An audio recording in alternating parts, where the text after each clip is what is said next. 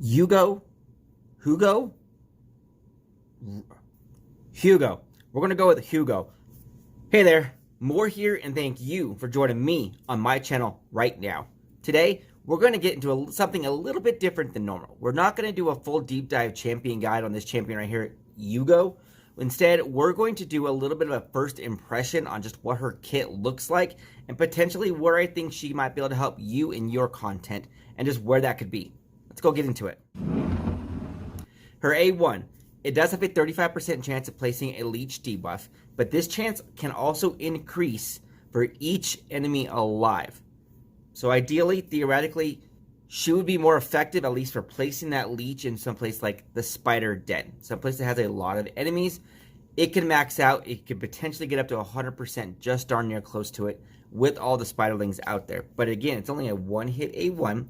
It's only going to attack one champion. So you're really going to want to do it only on the actual spider herself. That big old mother of a thing that's going on right there. Leech on an A1 is underrated, undervalued.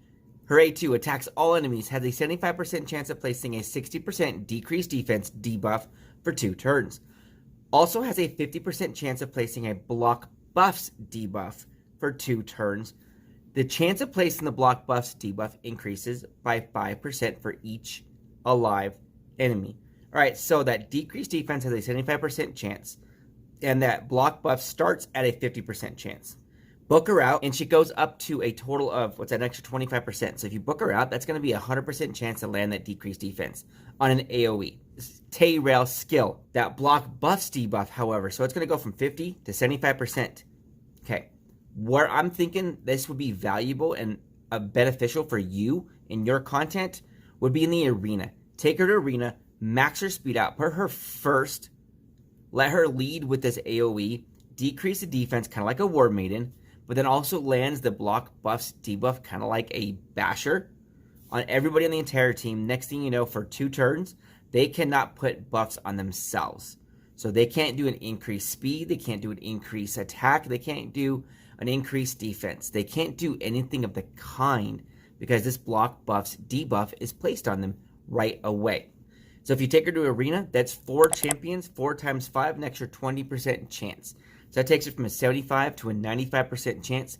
Give her the mastery, that gives her an extra 5% chance. Next thing you know, you have a fully booked Hugo with a 100% chance to land that block buffs debuff on everybody in the arena. Hugo's Brew, her A3, removes all heal reduction debuffs from all allies, then removes 1 random debuff from all allies, then heals all allies by 20% of this champion's max HP. If all allies are dead, revives them with 50% HP, then fills their turn meter by 50%. Okay, this thing's got a lot going on here. So removes all heal reductions, then removes 1 random debuff, then heals all allies. That's a unique little skill. She can work like a reviver, so if you build her complete maximum endurance and durability on her, so first she's going to survive. She's going to be the last one alive, right? Therefore, she can do a full team AOE revive, which is nice. Kind of like a Cardinal out there, except Cardinal's a void champion. Difference is, though, she gives everybody 25% HP and max turn meter. Hugo gives 50% HP and 50% turn meter. I don't know if I entirely like that too much because of that 50% turn meter. If there's no block buffs, if there's no shield, only 50% HP. If they've died, there's a chance they could just knock them right back down out of the picture again. I don't like that generally too much.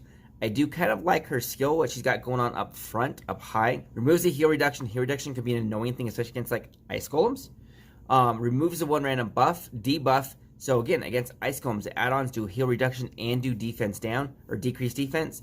You do this, she can clear the entire team and strip all the debuffs away. It's on a 4-turn cooldown, so it's not entirely too bad. It's fairly valuable. I wouldn't rely on the revive portion. I would rely more on the debuff stripping capability and that heal. That heal is 20% of her max HP. That's my favorite kind of heal. The ones that are based off and scales off of this champion's max stat of some kind.